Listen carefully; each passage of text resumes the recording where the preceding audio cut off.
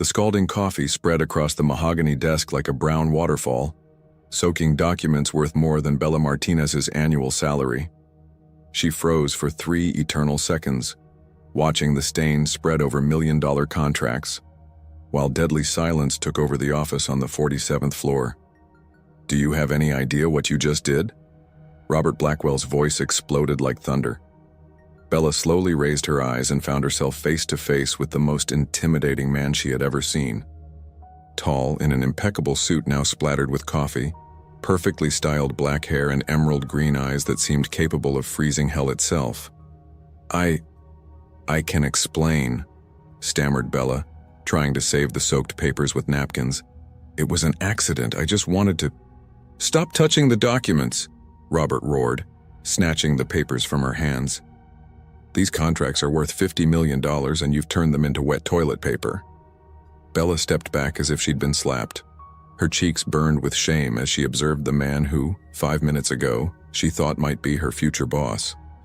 Now it seemed more likely he would call security. "Mr. Blackwell, I swear it wasn't on purpose." She tried again, her voice coming out weaker than intended. "I came for the interview, and when I saw you were on the phone yelling at someone, I thought coffee would calm you down and—" "You thought?" Robert spun on his heels, his eyes flashing dangerously. "A complete stranger invades my office, brings coffee I didn't ask for, spills it over confidential documents, and still thinks she thought?" Bella's heart was beating so hard she was sure he could hear it. This was her last chance to get a decent job in New York. After 3 months sending resumes and receiving no as an answer, the personal assistant position at Blackwell Industries had seemed like a miracle. "Please," she murmured, clasping her hands together. "I really need this job. I can pay for the documents, I can—" "Pay?" Robert let out a bitter laugh.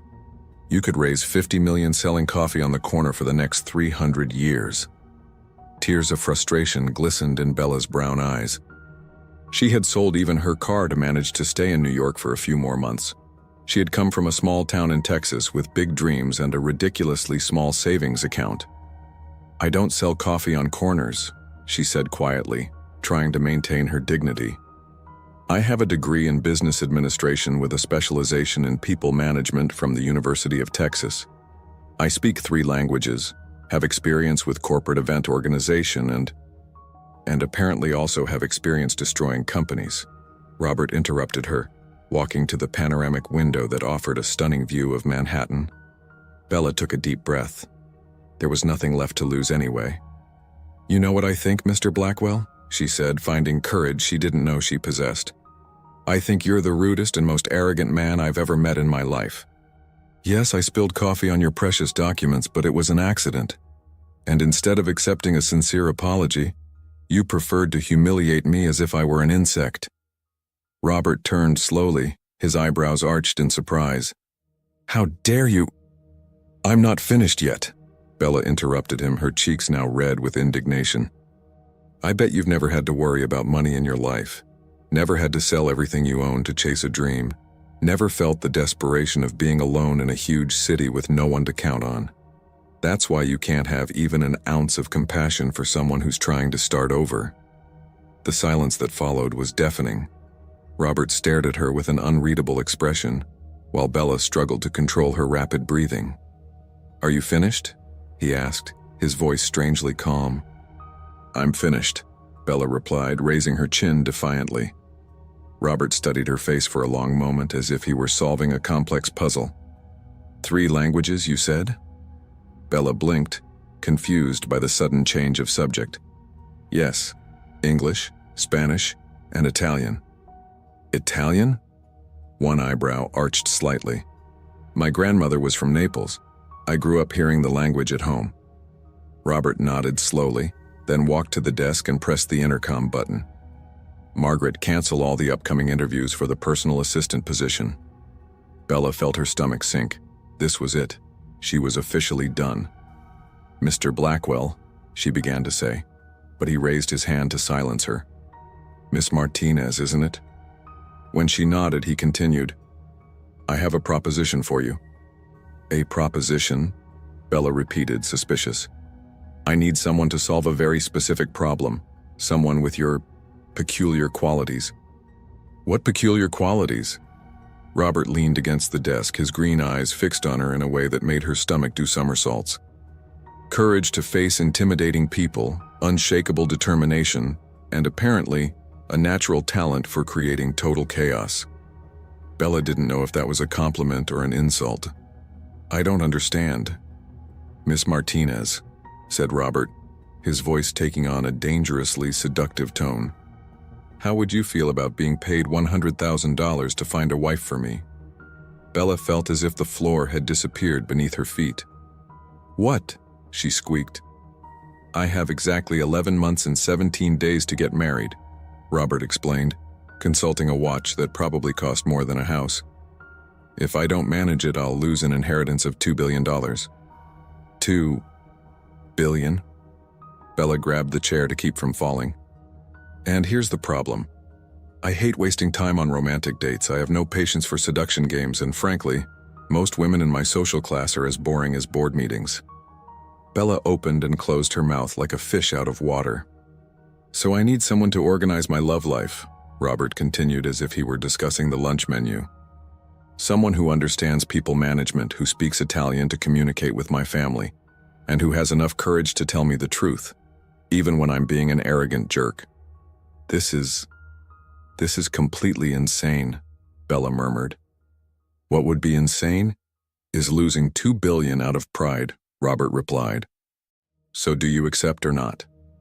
Bella looked at the man in front of her, then at the coffee-stained documents, then at the panoramic view of a city that could still be her home if she was brave enough. If I accept, she said slowly, do you promise to stop yelling at me? A tiny smile curved Robert's lips. I promise to try. And no treating me like I'm an incompetent idiot? You just proved you're anything but incompetent. Bella took a deep breath. It was complete madness. But it was also the chance she'd been waiting for. All right, she said, extending her hand. Let's find you a wife, Mr. Blackwell.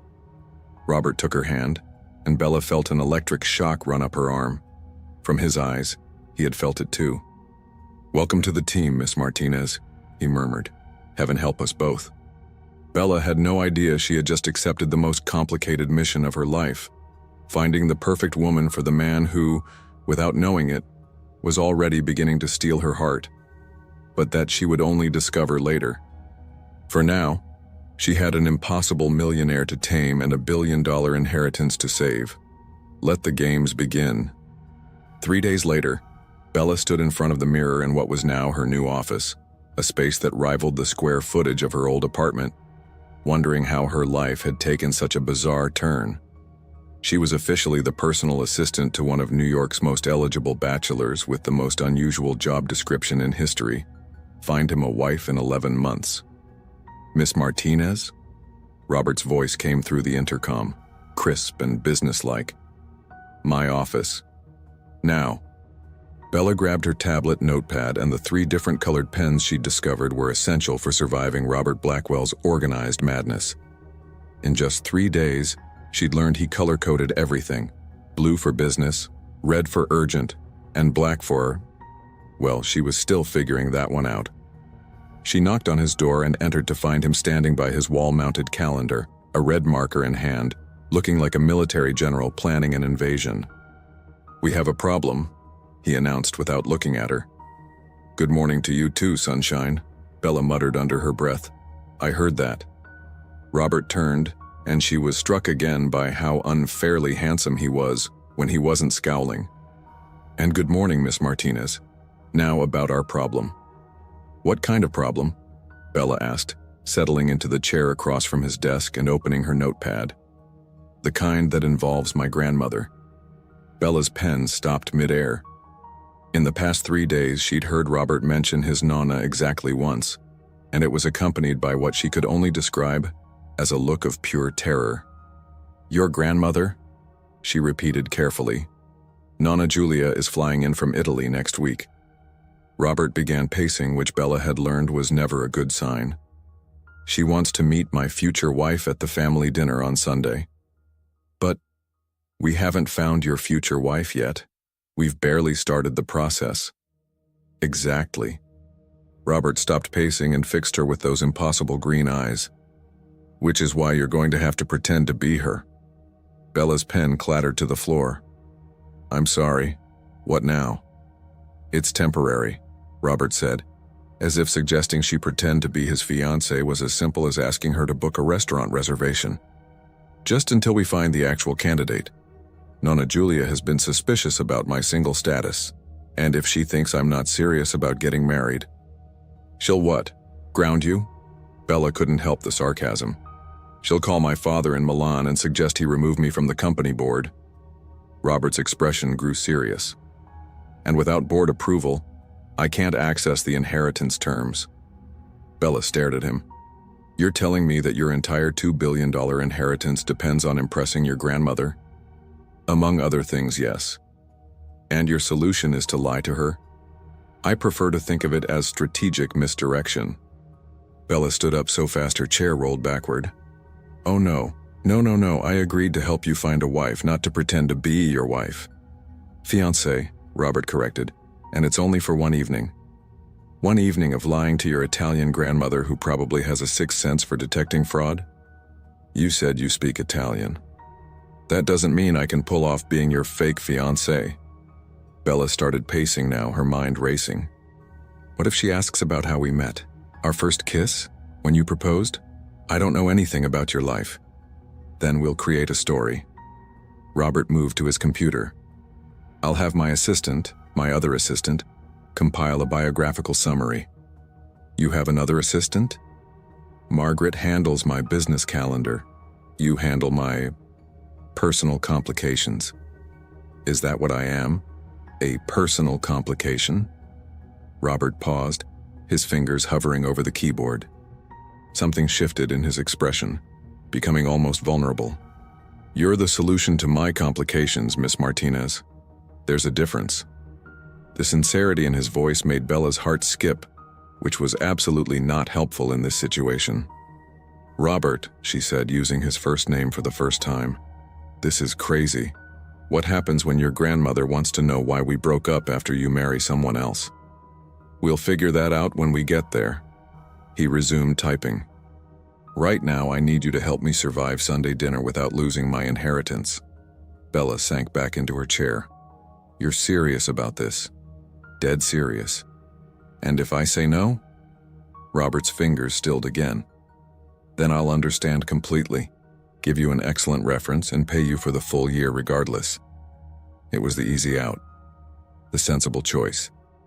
Bella could take his money, find another job, and avoid whatever disaster was surely waiting at an Italian family dinner where she'd have to pretend to be in love with her impossible boss. What kind of ring are we talking about? She heard herself ask. Robert looked up, surprised. Ring?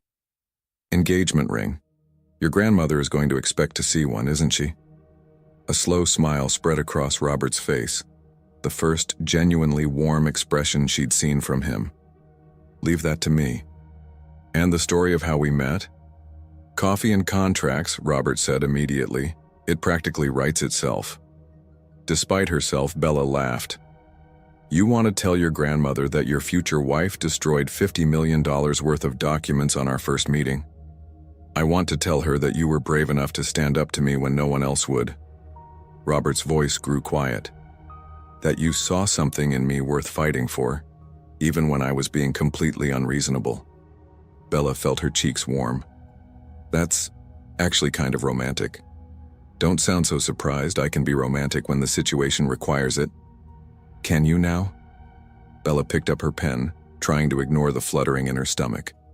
What else should I know about being your fake fiancé? Well, Robert said, settling back in his chair with what could only be described as a mischievous grin. Nonna Julia is going to want to know when we're planning to have children. Bella's pen snapped in half. I'm kidding, Robert said quickly, though he was clearly enjoying her reaction. Mostly. Robert Blackwell, if you think for 1 second that I'm going to discuss theoretical babies with your grandmother, relax, Miss Martinez, we'll keep it simple.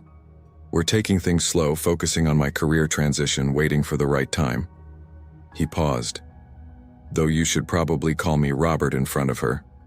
And I should probably know your first name. It's Bella. Bella, he repeated, and something about the way he said it made her name sound different, softer. It suits you. Before Bella could respond, Margaret's voice crackled through the intercom. Mr. Blackwell, your 2 o'clock is here. Send them in. Robert straightened his tie and transformed back into the intimidating businessman she'd first met. Miss Martinez, we'll continue this discussion tomorrow. I'll need you to clear your schedule for Saturday. Saturday? Why? Robert's grin was decidedly wicked. Shopping trip. If you're going to be my fiancé, even temporarily, you're going to need to look the part. Bella gathered her broken pen and notepad, her mind already spinning with the impossibility of what she'd agreed to do. As she reached the door, Robert's voice stopped her. Bella? She turned back.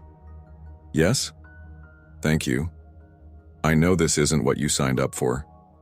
No, she said, surprised by her own honesty. But it might be exactly what I needed. She left before he could respond, but not before she saw the look of genuine surprise cross his face. As the elevator doors closed behind her, Bella caught her reflection in the polished steel. She looked the same as she had that morning, but somehow everything had changed. Again. In less than a week, she'd gone from unemployed and desperate to fake engaged to a billionaire. She was either living in a romantic comedy or losing her mind. Possibly both. Her phone buzzed with a text from an unknown number. Saturday, 9 a.m. Bergdorf Goodman.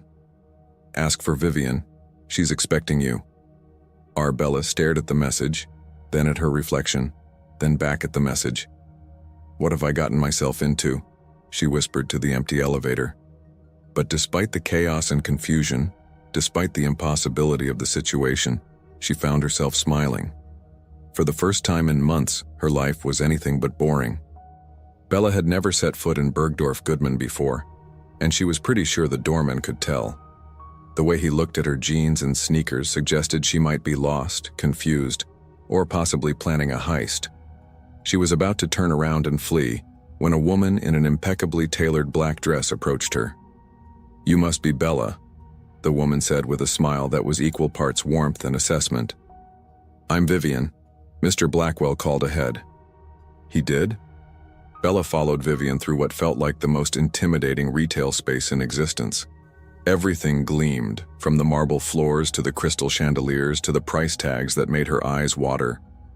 Oh yes. He was very specific about what he wanted.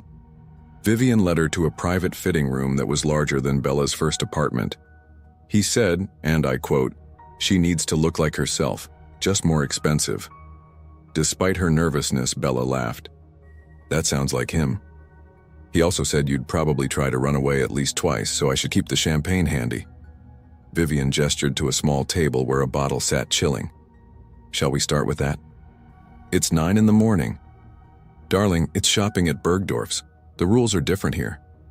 Vivian poured 2 glasses. Besides, Mr. Blackwell is paying, and he has excellent taste in both women and wine. Bella accepted the champagne, needing the liquid courage. You know Robert well? I've been styling his companions for years. Vivian's smile was diplomatically neutral.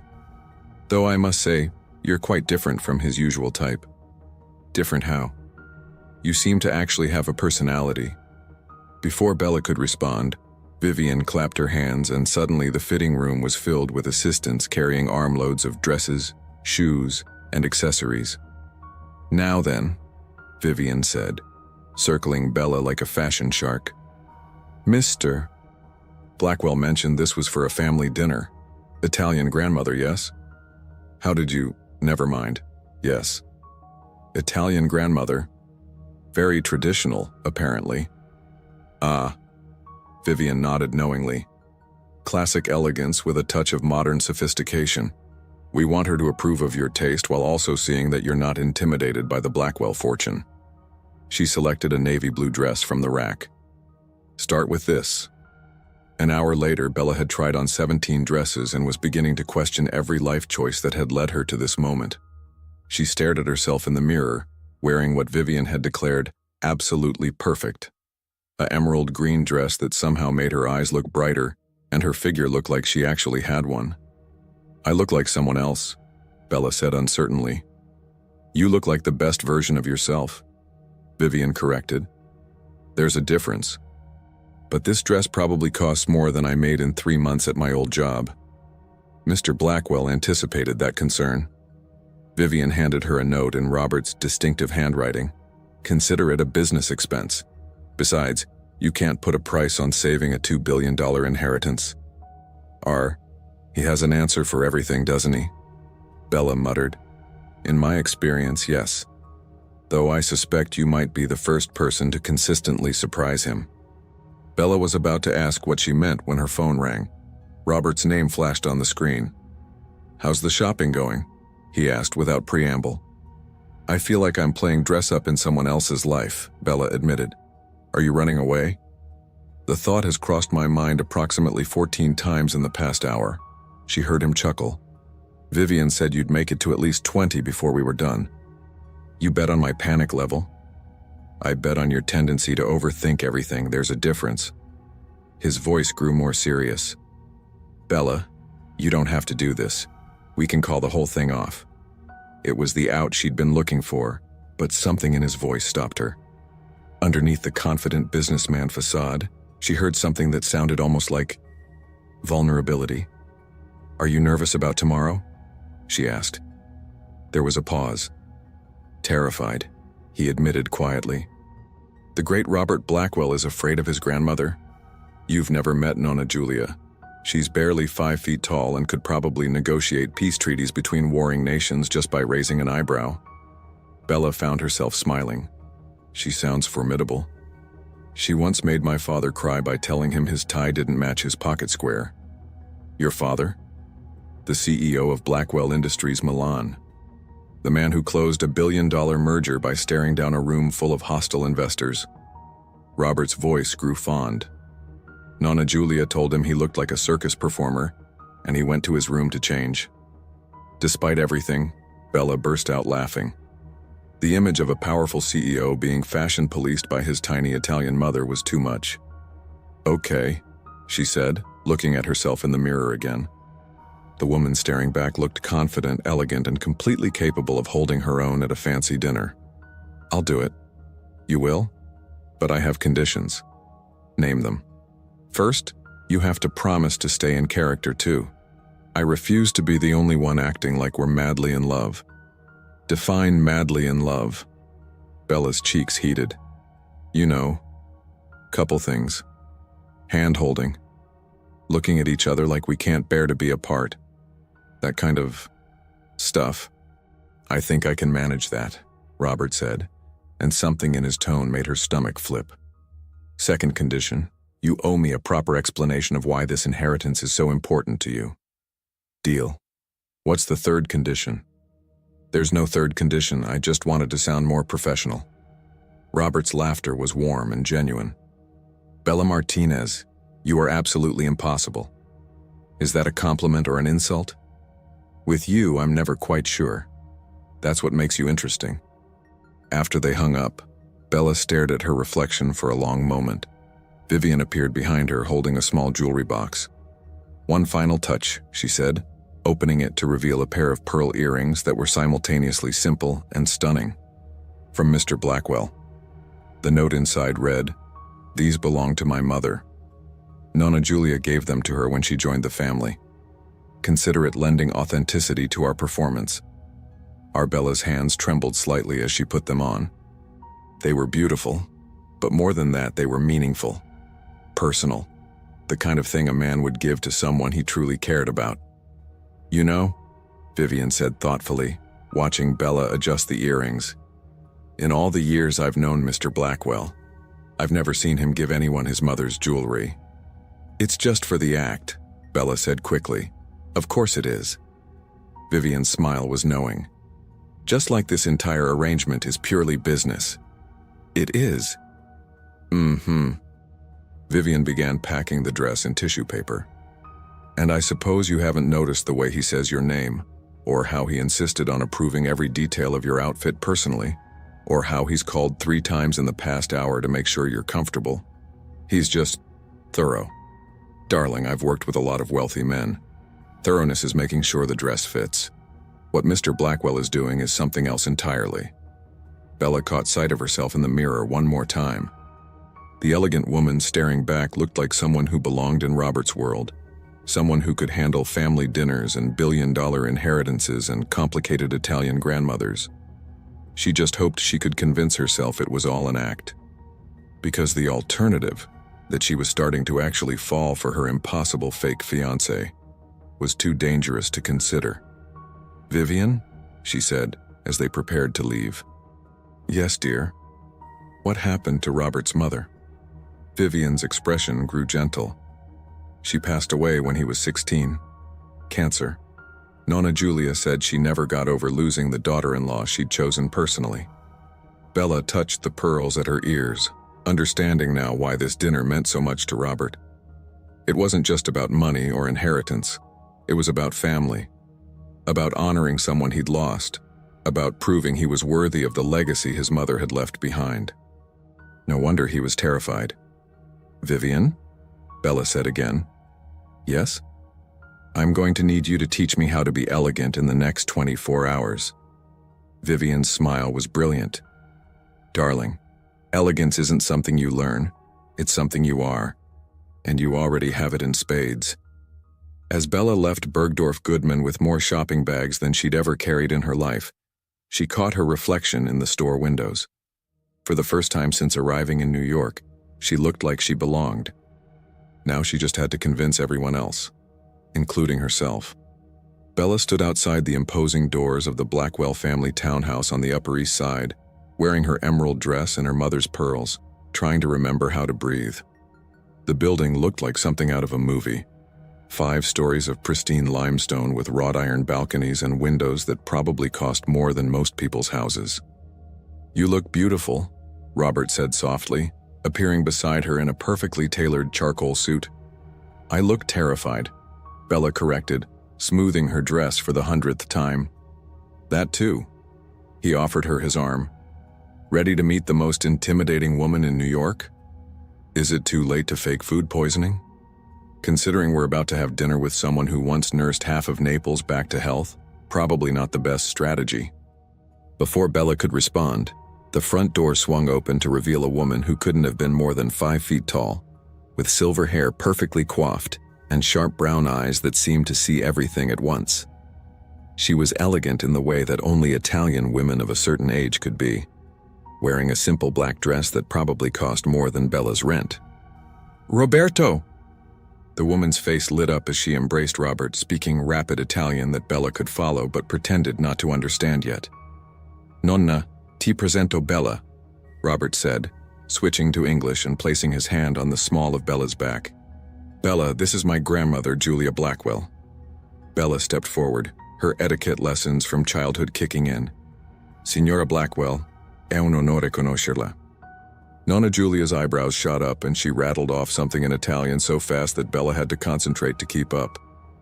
"She wants to know where you learned to speak Italian," Robert translated, though his grandmother was studying Bella with new interest.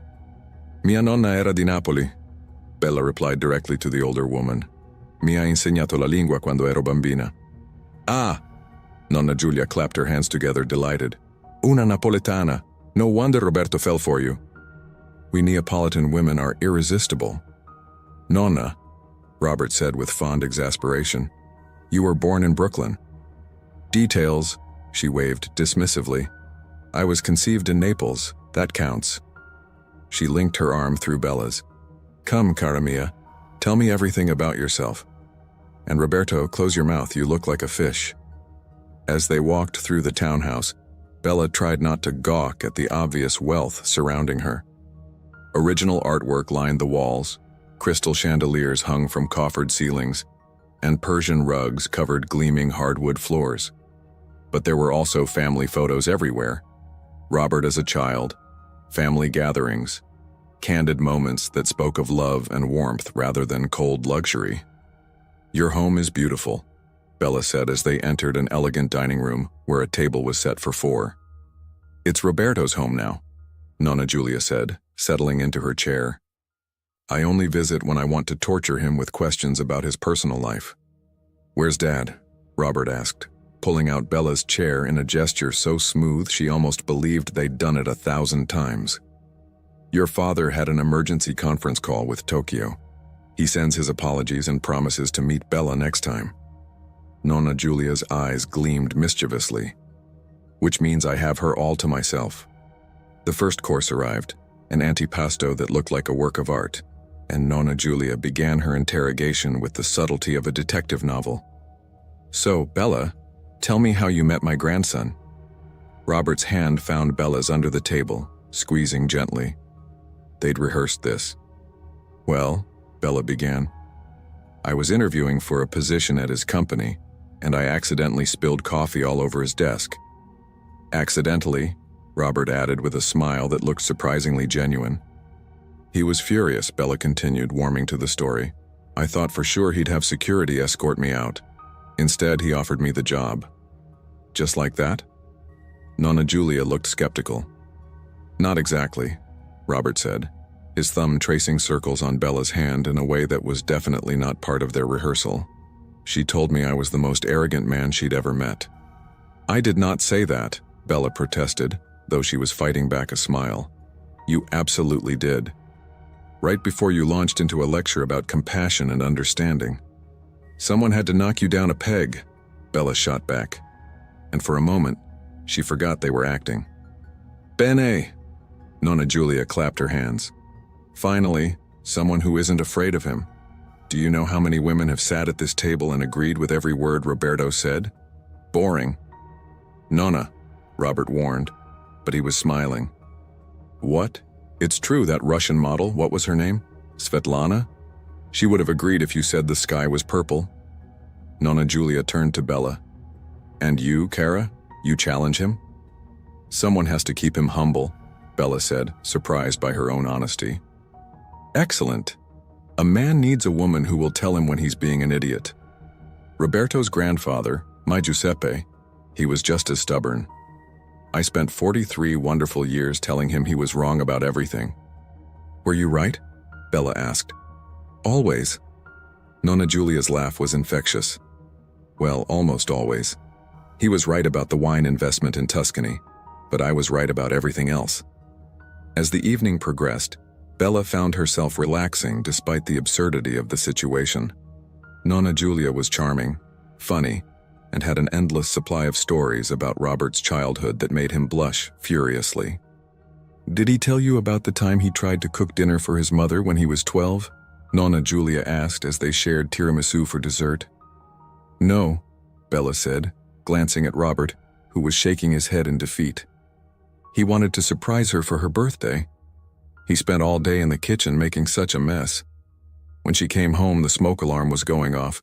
There was flour everywhere, and Roberto was crying because he'd burned everything. It was supposed to be lasagna," Robert said quietly. "She loved lasagna. But you know what she did?" Nonna Giulia continued, her voice growing softer. "She sat down at that table, ate every bite of that burned, terrible lasagna, and told him it was the most delicious meal she'd ever had." Bella felt her heart clench at the love in the older woman's voice, and the slight vulnerability in Robert's expression. "She sounds like she was an amazing woman," Bella said sincerely. "She was," Nonna Giulia nodded. "And she would have loved you, Kara. She always said Roberto needed someone who saw the good in him, even when he couldn't see it himself." The words hung in the air, and Bella felt the weight of the lie they were telling. This wasn't just about an inheritance anymore. This was about a family still healing from loss, about a grandmother who wanted nothing more than to see her grandson happy. "Speaking of seeing the good," Nonna Giulia said, breaking the moment, "when do you plan to give me great-grandchildren?" Bella choked on her wine. "I'm sorry, what?" "Nonna," Robert said firmly, "we've discussed this. We're taking things slow." "Slow? You're 27 years old. When I was your age, I already had 3 children." "Times were different then," Bella managed to say, still coughing. "Nonsense. Love is love no matter what decade, and you two are clearly in love." "We are?" Bella squeaked. "Of course you are. You think I can't tell? The way you look at each other, the way Roberto can't stop touching you, The way you both light up when you're talking together." Nonna Julia waved her fork dismissively. "I may be old, but I'm not blind." Bella glanced at Robert, who was staring at her with an expression she couldn't quite read. When had they started looking at each other differently? When had his casual touches started feeling less casual? "Besides," Nonna Julia continued, "Roberto gave you Maria's earrings. He's never done that before." "You noticed," Robert said quietly. "I notice everything, nipote mio, and your mother would be so happy to see them worn by someone who loves you as much as Bella clearly does." The words hit Bella like a physical blow, because the terrifying truth was, somewhere between the coffee disaster and the shopping trip and this impossible dinner, she had started to fall for Robert Blackwell. Really fall for him. Not the arrogant businessman she'd first met, but the man who worried about disappointing his grandmother, who kept his mother's memory alive through small gestures, who trusted her enough to bring her into his family's most intimate space. She began, then stopped, unsure what she'd been about to say. "It's getting late," Robert said, seeming to sense her distress. "We should probably get going." Of course, Nonna Julia said, rising from her chair. "But Bella, you must promise to come back soon, and next time, bring your grandmother's recipe for limoncello. I want to compare it to mine." "I'd love that," Bella said, meaning it more than she'd expected. As they said their goodbyes, Nonna Julia pulled Bella aside while Robert was getting their coats. "Listen to me, Cara," she said quietly. "My grandson is a good man, but he's been hurt. His mother's death had changed him, made him afraid to let people too close. But with you, I see something different. I see the boy who used to bring me flowers from the garden and tell me he loved me in terrible Italian. Signora Blackwell, just to be patient with him, yes? And don't let that stubborn Blackwell pride scare you away. We're worth the trouble, I promise." In the car ride home, they sat in comfortable silence for several blocks before Robert finally spoke. "You were amazing tonight." "Your grandmother is wonderful," Bella said honestly. "I can see why you were nervous about disappointing her. She likes you, really likes you. I haven't seen her that happy since—" He trailed off. "Since your mother?" Robert nodded. "She's been alone for so long. We all have, I suppose." Bella turned to look at him, this complicated man who'd somehow become so important to her in such a short time. "Robert, about what she said, about us looking at each other." "I know," he said quietly. "I felt it too." The admission hung between them, changing everything and nothing all at once. "What do we do about it?" Bella whispered. Robert was quiet for so long she thought he might not answer. Finally, he said, "I don't know. This wasn't part of the plan." "No," she agreed. "It definitely wasn't." But as the city lights blurred past the car windows and Robert's hand found hers in the darkness, Bella realized that maybe the best things in life weren't planned at all. Maybe they were just brave enough to happen. 3 weeks after the dinner with Nonna Julia, Bella sat at her desk staring at a computer screen filled with dating profiles, feeling like the worst person in the world. Robert's deadline loomed at 9 months and counting, and despite the growing tension between them, she was still officially tasked with finding him a wife. A wife who wasn't her. "Any luck?" Robert's voice made her jump. He'd been doing that a lot lately, appearing suddenly, standing closer than necessary, finding excuses to touch her hand or shoulder in ways that made her heart race and her professional resolve crumble. "I've narrowed it down to 17 potential candidates," Bella said, turning her screen so he could see. "All from prominent families, all accomplished in their own right, all objectively perfect for you." Robert leaned over her shoulder to look at the profiles, and Bella tried not to inhale the scent of his cologne. It was becoming increasingly difficult to pretend she wasn't completely gone for her impossible boss. "What about her?" Robert pointed to a stunning blonde. "Victoria Ashworth, 26, art gallery owner, speaks 4 languages." "She's lovely," Bella agreed, hating every word. "Very cultured. I've already reached out to her assistant." "And her?" He clicked on another profile.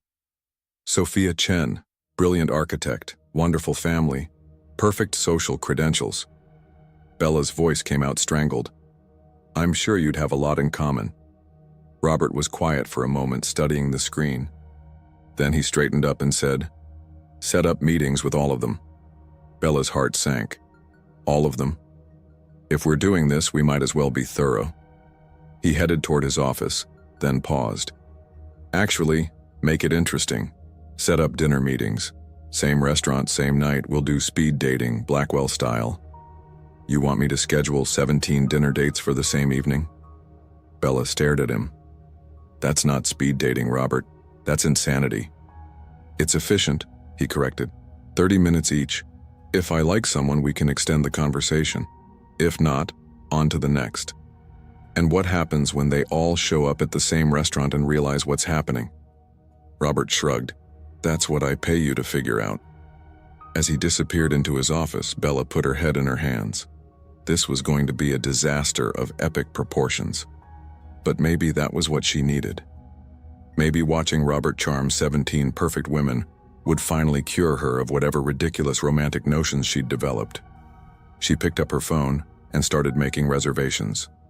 5 days later, Le Bernardin had never seen anything like it. Bella arrived early to survey the scene, wearing a simple black dress and the kind of anxiety that made her palms sweat. She'd managed to book the entire private dining room under the pretense of a networking event, which technically wasn't a lie. If networking meant her fake fiancé speed dating through Manhattan's most eligible bachelorettes. Miss Martinez? The maitre d' approached with barely concealed panic. We have a situation. What kind of situation? Bella asked, though she was pretty sure she already knew. 17 women have arrived for private dinner reservations, all claiming to be dining with Mr. Blackwell, all seeming surprised to see each other. Bella closed her eyes. Where's Mr. Blackwell? He hasn't arrived yet. Of course he hadn't. Robert had probably orchestrated this timing on purpose, leaving her to manage the fallout of his ridiculous speed dating scheme. Show me, Bella sighed. The private dining room looked like a scene from a particularly dramatic reality show. 17 absolutely gorgeous women sat at separate tables, all dressed to impress, all checking their phones, all slowly realizing they'd been part of some kind of elaborate setup. Excuse me, said a stunning redhead who could have been a supermodel. Are you with the restaurant? Because I'm supposed to be having a private dinner with Robert Blackwell, and there seem to be several other women here with the same appointment. I can explain, Bella began, but she was interrupted by another voice. This is absolutely ridiculous. A perfectly coiffed brunette stood up, her designer heels clicking angrily on the marble floor. I did not clear my entire evening to be part of some kind of dating game show. Ladies, please, Bella said, raising her voice. If you could just give me a moment to explain. Explain what? Demanded a third woman. That Robert Blackwell is apparently dating 17 women simultaneously. Actually, said a familiar voice from the doorway, I'm not dating anyone. Robert appeared in the entrance, looking devastatingly handsome in a navy suit and completely unfazed by the chaos surrounding him. Bella wanted to throttle him. Mr. Blackwell! Several women called his name at once, creating a cacophony that made Bella wince. Ladies, Robert said, his voice carrying easily through the room. I owe you all an explanation and an apology. The room fell silent, 17 pairs of eyes fixed on him with varying degrees of anger, confusion, and interest. The truth is, Robert continued, walking to the center of the room, I'm getting married in 9 months. A collective gasp went up from the assembled women. But, he said, raising his hand, not to any of you.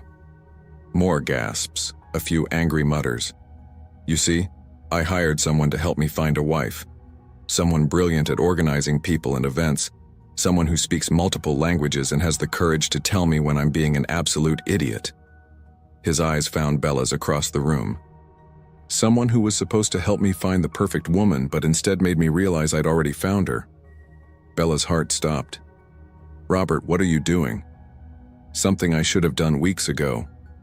He walked toward her, ignoring the 17 other women in the room entirely. Bella Martinez, you have turned my entire life upside down since the moment you spilled coffee on my contracts. This isn't part of the plan, Bella whispered, aware that they had a very large, very interested audience. The plan was stupid, Robert said, stopping directly in front of her. The plan was me being too scared to admit that I fell for you somewhere between your job interview and my grandmother's dinner table. But the inheritance will be fine. Robert reached into his jacket pocket and pulled out a small velvet box. Because I'm hoping you'll marry me. For real this time. The entire room erupted. Several women gasped, a few applauded, and at least 3 started taking pictures with their phones. You're proposing to me in front of 17 other women? Bella asked, her voice barely audible over the noise. I'm proposing to you in front of 17 witnesses, Robert corrected. Because I want everyone to know that I'm completely, hopelessly, embarrassingly in love with you. Bella stared at the ring box, then at Robert, then at the room full of women who were watching this unfold like the world's most dramatic soap opera. This is insane, she whispered. Completely insane, Robert agreed. But so was hiring someone to find me a wife when the perfect woman was standing right in front of me the entire time. I spilled coffee on your $50 million contracts. Best thing that ever happened to me. Bella felt tears starting to form. Robert. Bella Martinez, he said, dropping to one knee right there in the middle of Le Bernardin's private dining room. Will you marry me? Will you put me out of my misery and agree to spend the rest of your life telling me when I'm wrong and making me laugh and being the most amazing woman I've ever met? The room was dead silent now, everyone waiting for her answer. Bella looked down at Robert. Brilliant, arrogant, impossible Robert who'd somehow become the most important person in her world, and realized she'd never had a real choice at all. Yes, she whispered. Yes? Robert's face lit up with the most genuine smile she'd ever seen from him. Yes, you impossible man, yes, I'll marry you. The room exploded in cheers and applause as Robert slipped the ring onto her finger, a stunning emerald surrounded by diamonds that caught the light like her dress had that first night. Ladies, Robert said, standing and wrapping his arms around Bella. Dinner is on me. Consider it an engagement party. As the 17 women who'd come to audition for the role of Mrs. Blackwell settled in to celebrate someone else's engagement, Bella looked up at her now fiancé. Your grandmother is going to be insufferable about this, she said. She's going to be thrilled, Robert corrected. She called it 3 weeks ago. She did not. She told me at the door that night that if I let you get away, she'd disown me herself. Bella laughed, the sound mixing with the celebration around them. So this was all her plan? I think this was her plan from the moment you walked into that dining room speaking Italian and challenging her grandson to be better. As Robert kissed her there in the middle of the chaos they'd created, surrounded by 17 strangers who'd somehow become their first celebration guests, Bella realized that sometimes the best love stories started with the worst job interviews, and sometimes the most impossible men turned out to be exactly what you'd been looking for all along, even if you had to spill coffee on their contracts to find out. 1 year later, Bella Blackwell stood in the kitchen of their Central Park West penthouse trying to figure out how she'd managed to burn water. Actual water. She was pretty sure it was scientifically impossible, but somehow she'd achieved it while attempting to make pasta for Robert's birthday dinner. Need help? Robert's voice came from the doorway, filled with barely suppressed laughter.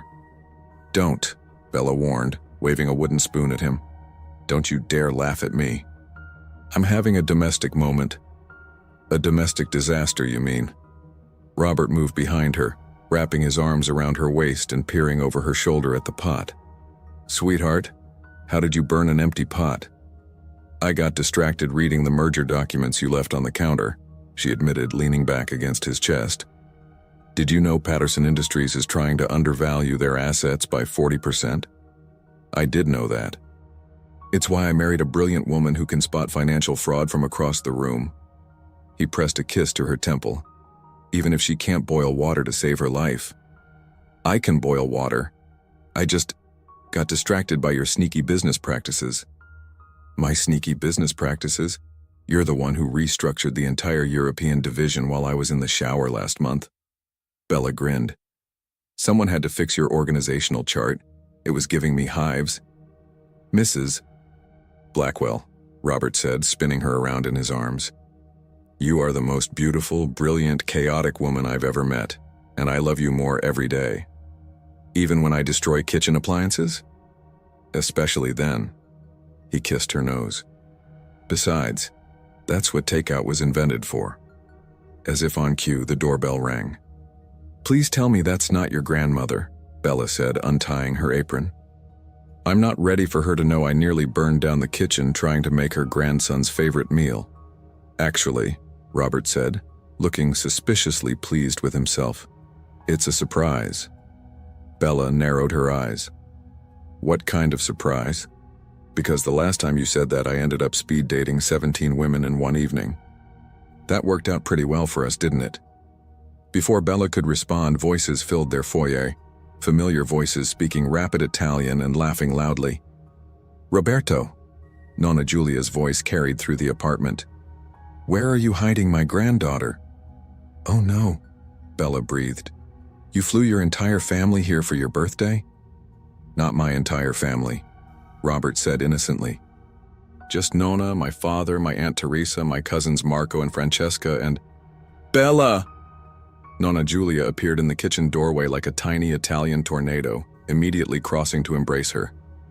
Mia cara, you look too thin. Are you eating? Roberto, is she eating? She was trying to cook, Robert said with a grin. Emphasis on trying. Ben, no granddaughter of mine needs to cook when there are perfectly good restaurants. Nonna Giulia waved dismissively. Besides, I brought ingredients for a proper Italian feast. Marco, bring in the bags. Within minutes, their kitchen was filled with Robert's Italian relatives, all talking at once, unpacking what appeared to be an entire grocery store worth of imported ingredients, and treating Bella like she'd been part of the family for decades rather than months. So, said Francesca, Robert's cousin, who was about Bella's age and possessed the same mischievous gleam in her eyes that ran in the Blackwell family, when are you giving Nonna great-grandchildren? Bella choked on her wine. We've been married for 6 months. Exactly. Time is wasting, Nonna Giulia called from where she was commandeering their stove. When I was your age, I already had 3 bambini. Different times, Nonna, Robert said, moving to stand behind Bella's chair, his hands resting on her shoulders in a gesture that had become as natural as breathing. Nonsense. Love is love. Babies are babies. The sooner you start, the more we can spoil. We're still getting used to being married, Bella said diplomatically, though the truth was they'd talked about children, and both wanted them eventually. Besides, I'm still learning how to be part of a family this enthusiastic. Enthusiastic, Marco laughed. That's a polite way of saying loud and nosy. I prefer passionate and caring, said Robert's father Antonio, who had arrived from Milan that morning and was every bit as devastatingly handsome as his son, just with distinguished silver at his temples. But yes, we can be overwhelming. I love it, Bella said honestly. Growing up, it was just me and my parents. Family dinners were quiet affairs with actual inside voices. Inside voices are overrated, Francesca declared. How else do you express proper emotion about the pasta sauce?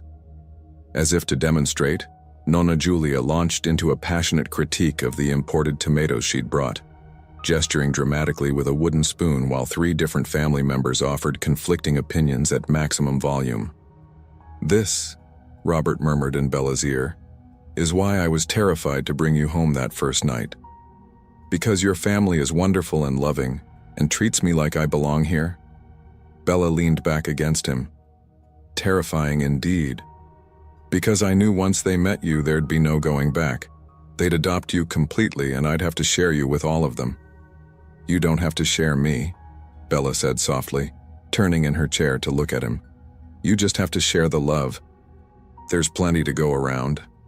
The look in Robert's eyes made her stomach flutter the same way it had that first day, when he'd been arrogant and impossible, and she'd been desperate and determined. Now he was still impossible sometimes, but he was her impossible, and she couldn't imagine her life without him. Oi, Nonna Giulia called from the stove. Stop making eyes at each other and help me with this sauce. Married people, always acting like newlyweds.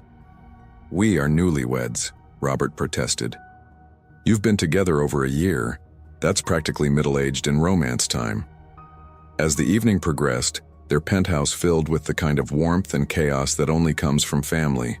Stories were told, embarrassing photos were shared, including several of Robert as a chubby toddler that Bella immediately saved to her phone. And enough food was prepared to feed half of Manhattan. You know, Antonio said as they all sat around the dinner table full of pasta and wine and laughter, your mother would have loved this. Robert's hand found Bella's under the table, squeezing gently. You think so? I know so. She always said the house was too quiet with just one child. She would have loved seeing it full of family again. Antonio raised his wine glass. To Maria, who would be so proud of the man you've become and the woman you chose to share your life with. To Maria, everyone chorused, and Bella felt tears prick her eyes at being included in this tribute to a woman she'd never met, but whose memory lived on in every gesture of love this family shared. Later, after the dishes were done, despite Bella's protests, she was firmly excluded from cleanup duty, and the family had dispersed to various guest rooms and nearby hotels. Bella and Robert stood on their terrace looking out over Central Park. So, Robert said, pulling her close against the cool evening air, how does it feel to be Mrs. Blackwell after a full year of chaos? Like coming home, Bella said without hesitation. Like everything before this was just practice for being exactly where I'm supposed to be. Even the parts where my family treats you like their personal entertainment? Especially those parts. She looked up at him. Though I still can't believe you convinced me to quit my job to become your wife and business partner. Best decision I ever made. Blackwell Industries has never been more profitable or better organized. That's because I fired your incompetent vice president and restructured your entire operational framework. And because you talked me out of at least 3 terrible decisions a week. Only 3? I'm slacking. Robert laughed, the sound mixing with the city noise below them. Bella Blackwell, you are the best thing that ever happened to me. Terrible cooking skills and all. I'm taking lessons, she protested. Your grandmother promised to teach me proper Italian cooking while she's here. Please warn the fire department. Very funny. But she was smiling as she said it because this was their life now. Teasing and laughter and family dinners that lasted for hours, and a love that had grown from the most ridiculous circumstances into something real and lasting and absolutely perfect. Robert, she said as they headed back inside. When we do decide to have children, they're going to be completely spoiled by your family, aren't they? Robert's grin was answer enough. Nonna's already planning the nursery. She brought paint samples. Of course she did. Bella shook her head, but she was laughing. What have I gotten myself into? A lifetime of organized chaos, impossible relatives, and a husband who loves you more than his billion-dollar inheritance. Just more than the inheritance? Bella teased. More than anything in the world, Robert said seriously, stopping in the middle of their living room to frame her face in his hands. More than money, more than business, more than my own life. You are everything, Bella Blackwell. As he kissed her there in their home, surrounded by the lingering warmth of family and the promise of all their tomorrows, Bella marveled at how a simple job interview had turned into the greatest love story of her life. She'd come to New York looking for a career and found a family. She'd applied for a position as a personal assistant and ended up as a wife, business partner, and the center of a chaotic Italian-American family that had welcomed her with open arms. And it had all started with spilled coffee and a man too proud to admit he needed help. Now, as Robert carried her toward their bedroom while Nonna Giulia's voice drifted from the guest room, "Marco, turn down that television. Some of us are trying to sleep." Bella realized that the best love stories weren't the ones that went according to plan. They were the ones brave enough to happen despite the plan. The ones that started with disasters and ended with forever. The ones that proved that sometimes when you're least expecting it, the most impossible man in the world turns out to be exactly what your heart was waiting for. Coffee stains and all. The end.